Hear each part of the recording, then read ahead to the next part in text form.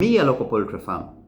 Now, in today's topic, you're going to talk about farm management. What is farm management? How do we manage our different farms? Okay, remember we talked about 5 pillars for every farm to stand or to be successful. Number 1, we looked at genetics, we looked at nutrition. When nutrition, we're talking about the feeds in general. Number 3 was marketing, number 4 was vaccination, and lastly we talked about management. Now today's topic is going to be about management. How do you select your workers at your farm? How do you negotiate with them?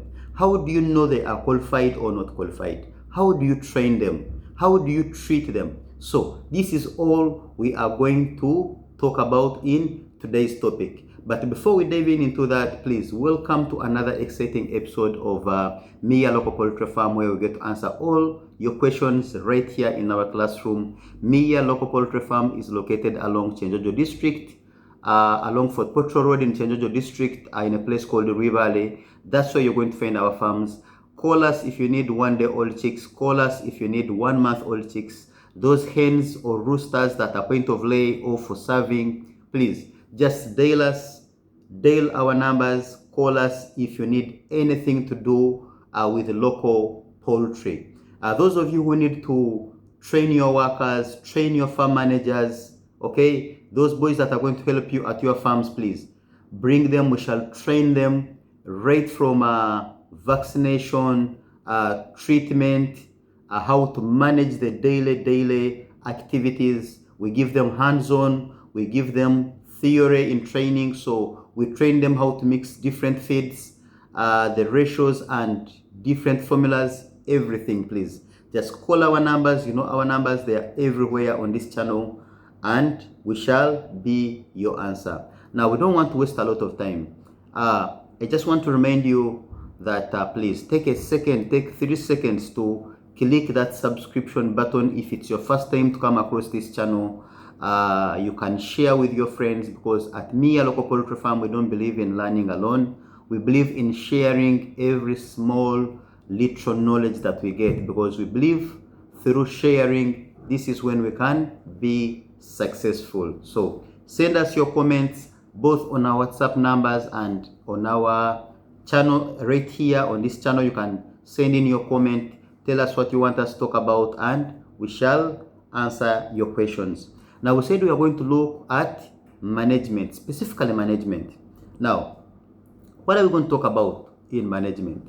We're going to talk about the human resource. We're going to talk about the people that you employ to stay or to run the farm, okay, on everyday activities. Let it be monthly, let it be weekly, but these people that run all these activities, okay? If I break it down more, these are the people that are going to give feeds to your chickens, mix these feeds, give it water, okay? Give your chickens water, wash these the drinkers, the feeders, you know, collect the eggs, give simple vaccination and treatment to your birds, okay? These guys that clean your chicken houses, these people that run, the managers, those guys who run your records, you know, the different bookkeeping at your farm. So this is basically what we are talking about in today's topic.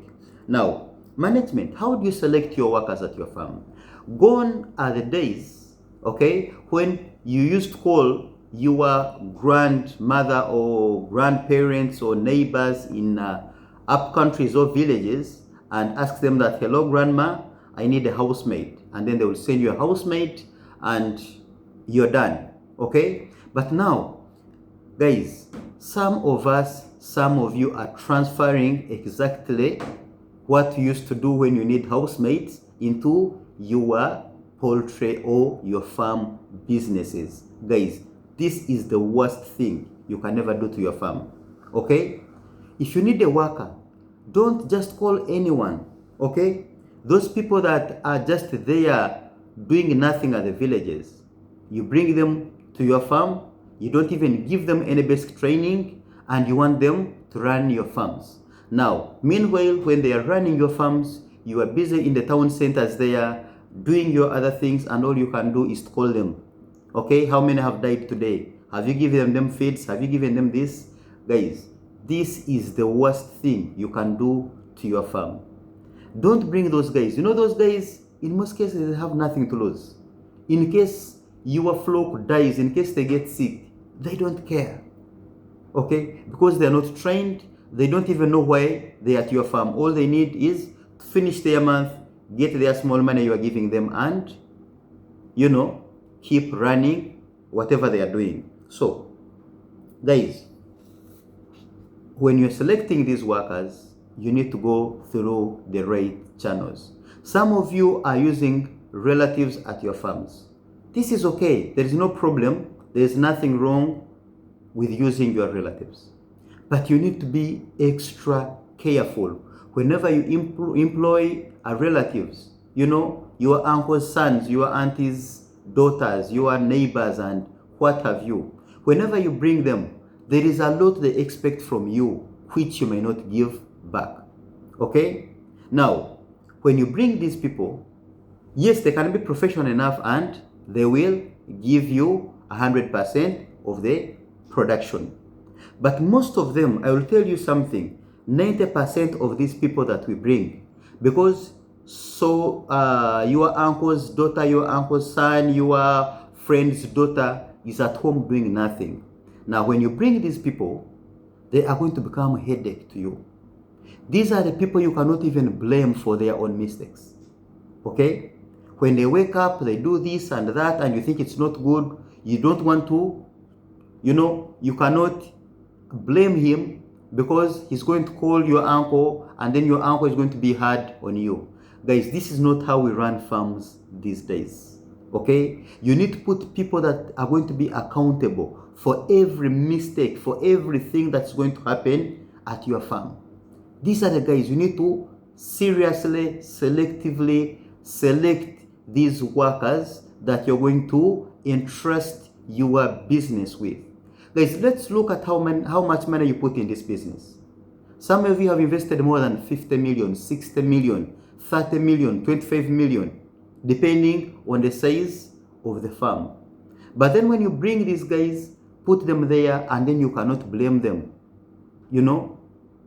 These people who cannot account for the things that are happening, guys, you are going to fail the farm business. So whenever you're employing these people, don't employ someone because he's related to you.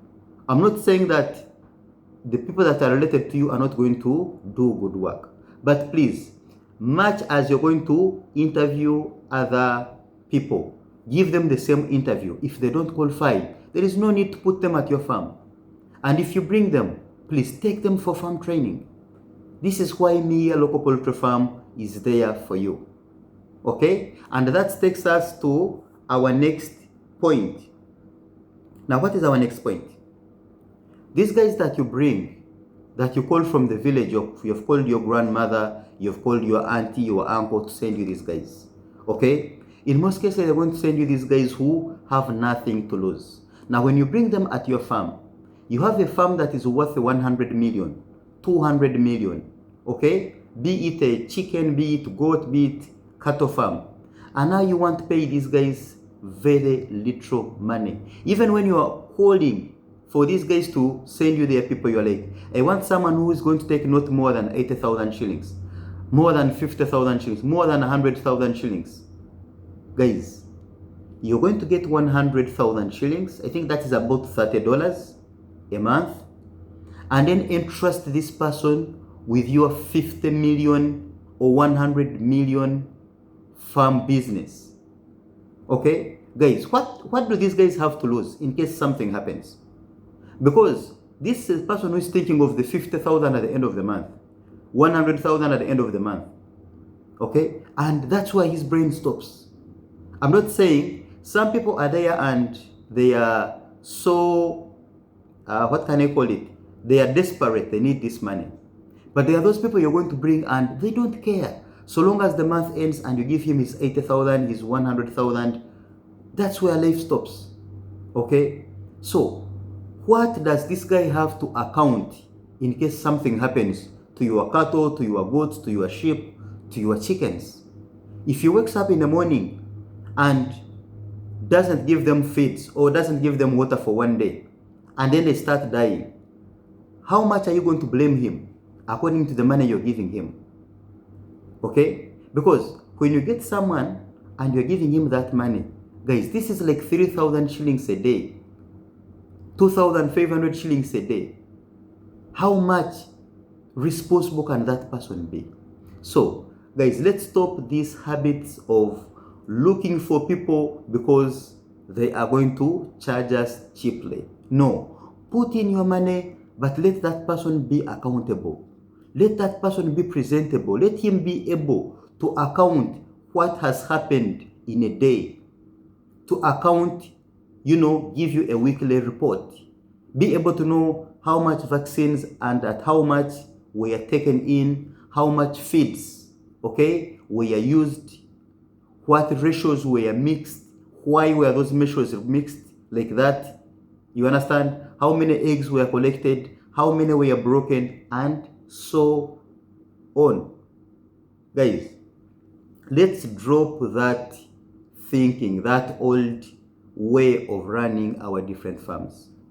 It's very, very important to know that the moment you add value, when you bring in these guys who know what to do, they are going to increase the production at your farm because you're going to put them under pressure. And if you're paying them very well, that means they have to produce. If they don't produce, then you're firing them. But when you bring in these guys because they are charging you cheaply, for you what you're looking is saving 50,000, saving 100,000. But in the long run, you're killing 100 million.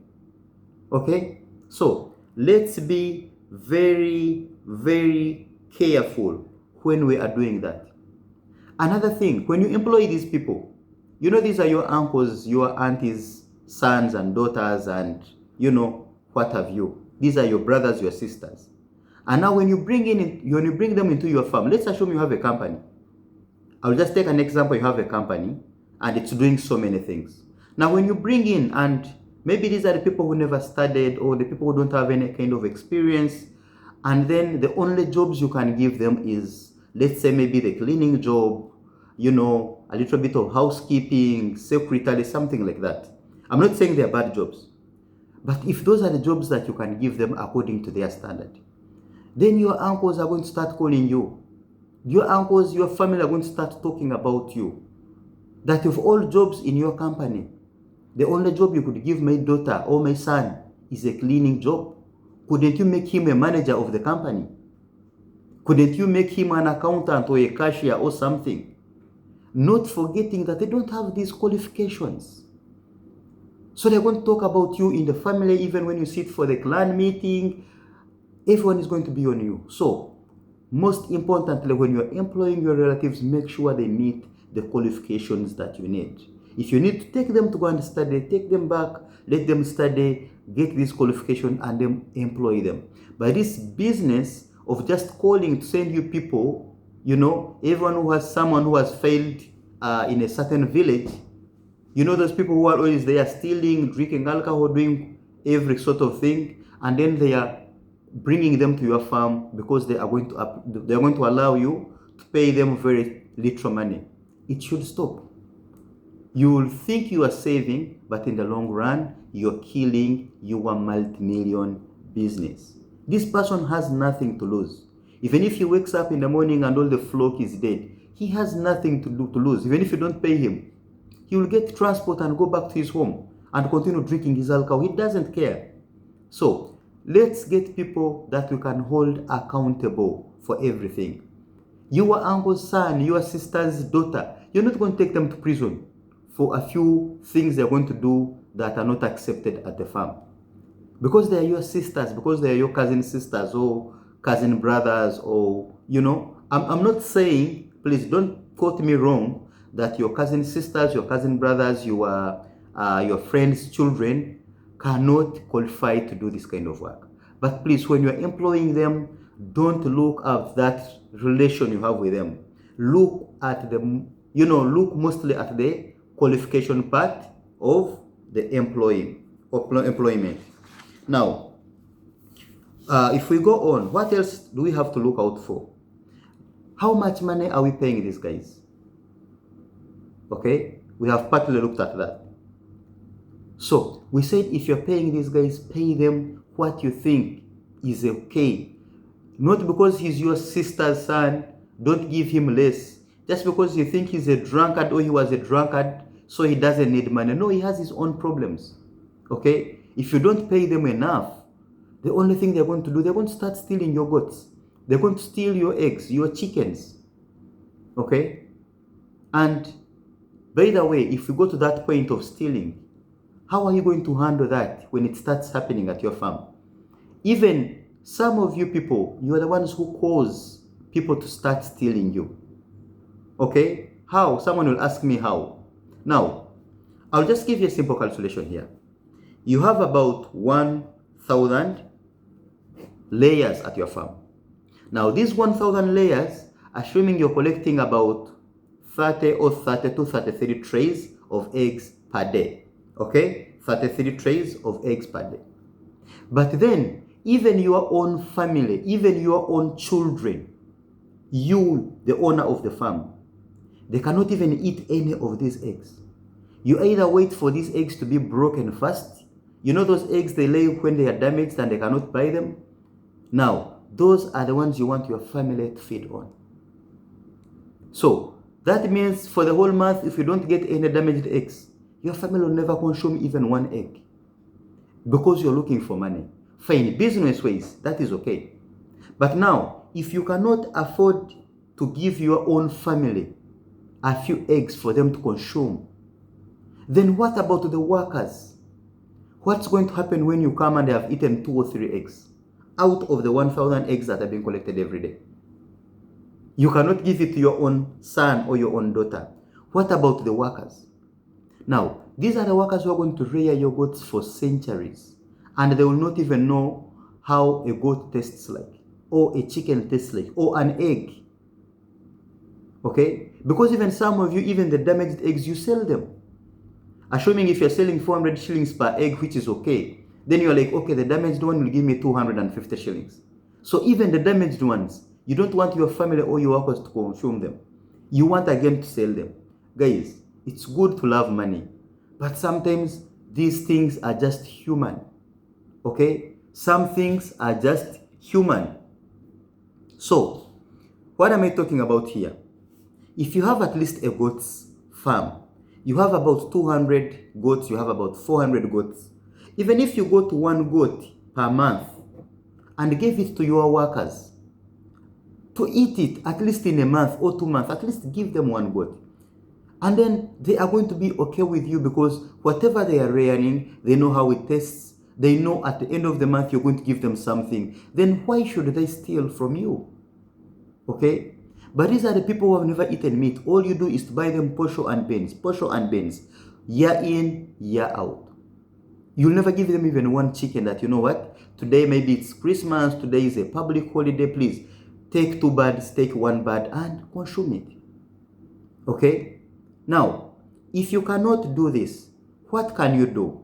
Very simple. If you think you cannot pick out of your 1,000 birds to give them to consume, or to pick out of the 33 trays, at least 1 tray in a month to give them to consume, at least, get some ways of putting a few chickens at your farm. Even if you don't put them in your chicken houses, even if you leave them to loiter around, these chickens here, your workers can be consuming on these chickens. You don't even count them in your flock, but you just put them there, about 10 or 7 or 6 of them. Once in a while, give them these feeds that have, mixed with, the ones that have fallen down and you think they are not okay to give your flock. Just power it down, let these chickens consume. In 2-3 months, they're going to start laying and they're going to give you chicks, and these chickens are going to be many. Okay? Sometimes give them to these workers. Let them own these chickens. If your worker has like 2 or 3 chicks or chickens there, he knows they're going to produce or they're going to lay eggs and hatch. And in the long run, if he has a problem of 20,000 shillings, he can sell 1 hen. Rather than getting a problem of 20,000 shillings and all he does is to steal your goats and sell them. How much is a goat? 500,000, 700,000, 1 million. Because this person has a problem of 10,000. Because these workers, if they're working for this less amount of money, trust me, they don't have big problems. Their problems always rotate around 20,000 shillings, 30,000 shillings. They have this girlfriend, they have the other girlfriend. All she needs is maybe some shoes, a dress of 15,000 shillings. Those are the problems. But if you don't curb this problem when it is still early, if you don't put measures, they are going to steal your goats. They are going to steal your eggs. Okay? You'll think you're feeding 1,000 birds, and yet they have stolen already 100 of them and they are 900, and you'll not know. By the time you do stop talking, you don't know where these birds went. Then you start assuming, were they eaten by a cat? Were they eaten by some animals who come in at night? You understand? So, please, do put some measures to make sure there is some daily small money, or these small chickens you can put to run around your farm, and they are owned by these farm managers of yours. When these farm managers of yours reach an extent of living, sometimes they wake up in the morning and it's like, a demon that has attacked them. They wake up in the morning and they're like, I want to go. But if they want to go, and in the flock, maybe he has about 2 goats or 1 goat, or you have some hens, maybe 6 or 7 there, and they are his. He's not going to leave, because he knows if he leaves, you're not going to allow him to take these goats, much as you gave them to him. So he's going to keep doing this work, because there is a friend of mine who woke up in the morning and all the workers had disappeared from the farm. And now this takes me to our next point. How do you treat your people at the farm? Okay? How do you treat them? For you, you may be calling them any sort of names because you think they are failures on the village, they are drunkards, you think they never went to school, they are illiterate. You can call them every sort of name because you have some money, you think they are not at your standard or your level, and you think you can call them anything. Guys, these people can wake up in the morning and put poison in your flock. These things we talk about them here, you may think they are just there, but it has ever happened. My friend in Gayaza, he woke up in the morning, all the laying stock, he had more than 500 layers that were laying. All of them were dying. And when they diagonized the phone, when they have eaten some poison substance, so they don't know whether it was in water, whether in feeds, but they were dying from poison. And no one knows where it came from. It's not even called, I think it's called food poisoning. So food poisoning, where did it come about? Where did it come from? Was it water? Was it feeds? So, guys, when we talk about these things, we know because we have experience in them, we have gone through them. You need to do things the right way. Learn how to treat your farm managers. May call them farm managers. Don't even call them farm workers, not even laborers. They are farm managers. Because every one of them who enters in your flock every day has a contribution he's doing to your success. So it can be a negative contribution, it can be a positive contribution. So remember, for you are in towns, you are making phone calls asking how the chickens, have they given them feeds, have they given them this? But if these people don't take responsibility, if you're not responsible enough to make sure they have to do the right thing because you are mistreating them, that is what you are going to reap. Okay? So, I had another point I wanted to talk about.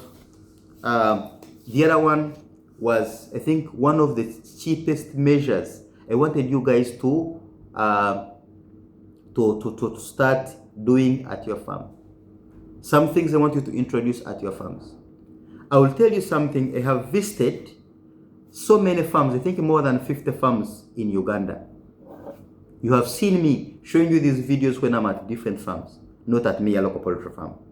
But I will tell you, there are only, out of like the 50 or 50 something farms, there are only 2 farms where I found they have a calendar. This normal calendar, guys, A calendar, I think, is as cheap as 2,000 Ugandan shillings. That is less than half $1.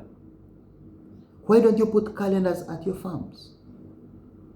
Guys, when you are explaining to these workers, most of these people don't understand what you're talking. Some of you are even using too much English to explain to your workers. But a calendar, I think, is the cheapest item every farm should have. What does a calendar help? Okay? Things like vaccination. You just map out the days you're going to do vaccination.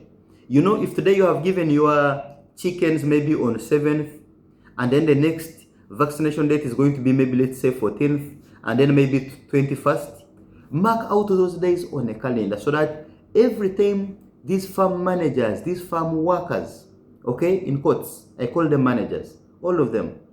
So these farm managers, every time they wake up, the first thing they look at is the calendar.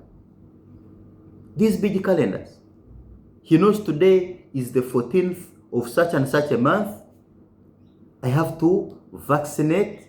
I have to give these quantities of feeds. I have to maybe clean the house. Maybe, you understand? Map out those days on the calendar. And then you can map up for the whole month or even for 2 months. So that these people can know when are they supposed to spray, when are they supposed to remove the litter, okay? When are they supposed to change the ratios of the feeds they are mixing? Because we told you we have different formulas for different stages of births. These chickens are going to grow from 1 month to 3 months when they have not changed the ratio or the way they are mixing these feeds. The vaccination days are going to reach and they don't know. At least the calendars try to remind them before they sleep that tomorrow, hey, we have to vaccinate against Newcastle. So even if you don't call them to remind them that they have to vaccinate against Newcastle, they have seen it on the calendar. Then they will go to the vet and pick out this vaccine and they will do the vaccination even before you interacting or telling them to do that. But if you don't tell them, they don't know. They are going to forget. They have a lot on their minds. They have so many problems they came with to your farm. So, guys, a calendar is the cheapest item. It's the cheapest item you can introduce to your farm. It's going to help you during vaccination. You're going to know how to schedule your vaccination days. Okay? You're going to schedule things like preventive medicine. For us, we have preventive medicine at Miya Local Poultry Farm. We have been teaching you, we have been telling you how to do this kind of medicine. These local herbs, you know, these leaves, the other ones, bitter leaf, get things like aloe vera, get this and that, prepare them, give them to your chickens. We do it twice a week. So if you don't have these days mapped out on the calendar, these guys are going to forget. These are called preventive medication. We give them to our flock even if they are not sick, to prevent the diseases from attacking our flock. So these calendars, you know, they will tell these people when to change the ratio. If we are mixing maybe this number or this number of kilograms of broken and then these kilograms of bran, and then we put in these kilograms of concentrate, when do we change and maybe reduce on the bran, make too much broken, and then maybe add a little bit of this, and then maybe put in other things like big pig, like meat booster. All these things, if you map them out for them on the calendar, you don't need to be at the farm because your farm managers can handle this. Okay, so guys, these are few things we need to improvise at our farm and make sure that we are successful. The way you treat your workers matters a lot. Secondly, if you employ these workers, assuming you have 10 workers, assuming you have 5, let's say 10 are many, assuming you have 5 workers, it's not good to be calling and talking to every worker. If you are there, interact with them, make sure you're a good boss. Don't even count yourself as a boss. They're like your workmates. Even you, once in a while, do this work yourself. Let these people feel that what they are doing is not a punishment. Okay? You can also go and put in water, you can put in feeds, you can also participate when you are removing that litter from your chicken house, however much it is smelling. But make them know that this is just work. It's not torture, it's not a prison. So the way you treat your workers matters a lot. So why did they say don't call everyone? Don't be talking to everyone. It's because you have your managers that are accountable to these people. In most cases, if you could get even the managers to be the ones to look for these workers themselves, so that he knows if he has brought worker X, if he does something bad, he has the right to maybe fire or hire or do whatever. But if you bring these workers and then it's you who start calling, talking to them, even when the farm managers try to correct them, they're not going to listen to them because they are talking to the boss. After all, what can you do? Are you the owner of this business? So you're going to create a very bad impression, a very bad relation between these managers and these lower managers. Okay, so it's very, very important to let these maybe the higher managers at the farm to take care of the low managers or of the workers, because they are the ones who live with them or stay with them at the farm on a day to day. For you, you come once in a month. You don't know which worker has done what, which worker is hard working. Just because they have had your car driving in, or just because they know maybe this weekend, this Saturday, you're coming to pass by the farm. Now every worker is trying to work hard, trying to impress you, so that they are very hard working. But now these managers, these top managers, they know which worker has been working, which worker is not working, which worker needs to leave the farm. People, don't keep workers at the farm when they are bringing you down. Fire them. Fire them. I'm not saying that hire and fire every day. But if you think they are not learning from their mistakes, instead of keeping them and paying them your money for nothing, they have to give you value for the money you are paying them. Fire these guys. Get others. Don't fear that because if you fire them, you're not going to get other, these people are going to steal your goats, they're going to steal your chickens, they're going to do every sort of nonsense. And because you are fearing you're not going to get others, you don't want to fire them. Okay? And I will give you some trick. What you do if you need to fire or hire these workers. These workers have a tendency. They have a tendency of getting their salary and saying they want to quit work and go. Now, assuming if you're paying your workers at the end of the month, okay, you have 6 workers and you pay all of them money, and then after paying them, maybe they have all, discussed it about themselves and they want to quit and go. Now, if they leave at once, you're going to face a lot of challenges, because you may even have to leave your work to come and be at the farm. Because if these people go, all your birds are going to die. Now, how do you handle this? When you're hiring these workers, make sure you hire them not on the same date. Okay? If you can get some workers maybe on 10th of a month, and that's when you pay them, pay other workers maybe on 20th of a month, then others maybe at the end of a month, then others can be in the middle.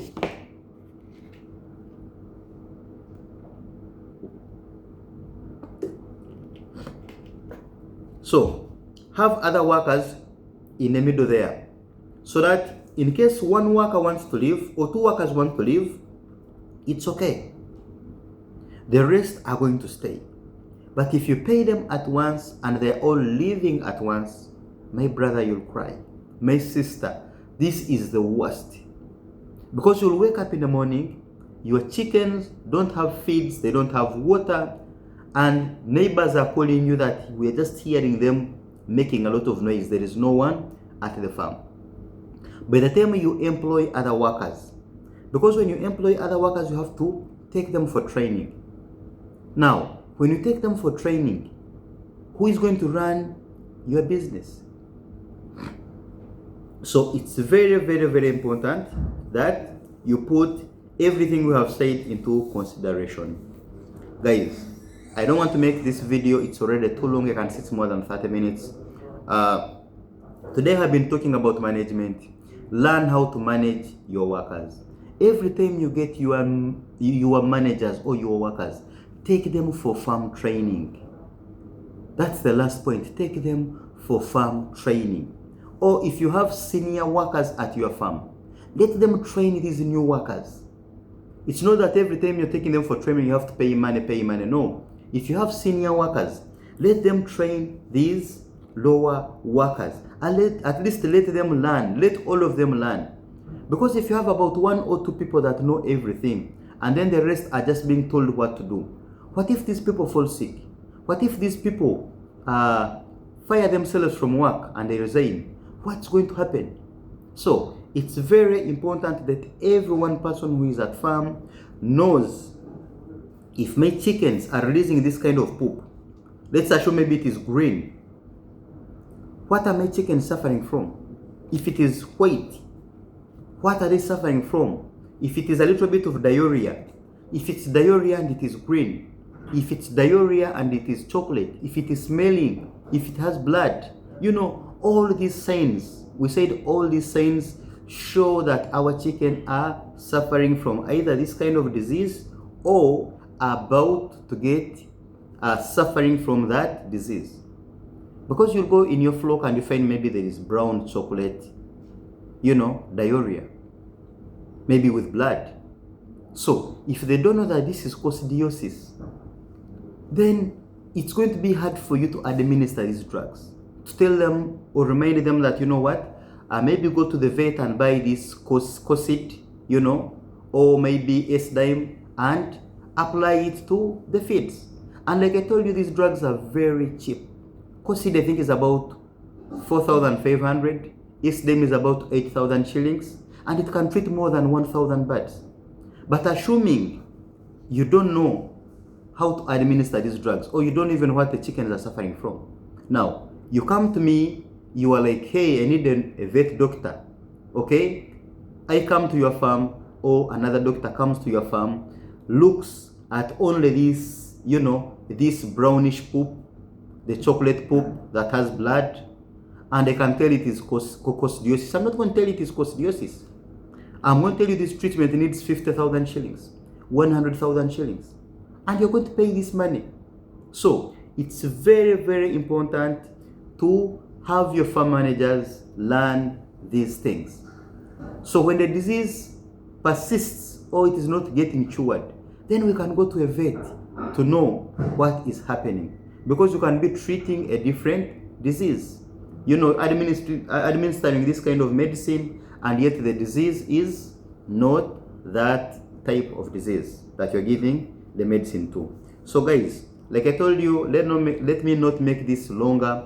I just want to remind you that Mia Local Poultry Farm is located along Fort Portal Road in a town called Rivale in Chenjojo district. That's where you're going to find us. Just give us a phone call for fertilized eggs, 1-day-old chicks, 1-month-old chicks, the chickens at a point of lay. Call us if you need farm training. Even if you bring 30 workers at our farm, we have everything in place to feed them, accommodate them, train them, facilitate them in any way to make sure they leave our farm when they are qualified people. We shall give them all the basic knowledge they need to get. And then things like experience, we give them a little bit of experience, maybe 2 weeks to 1 month, depending on how much you want them to be at our farm. And then when we send them over to you, they are going to do good work. Now, those of you who are calling us to get for you workers, we don't get for you workers, okay? We don't get for people workers, but you can bring your workers and we train them. That is all we do. So we don't have workers that we have 100 people waiting to be taken to work, no.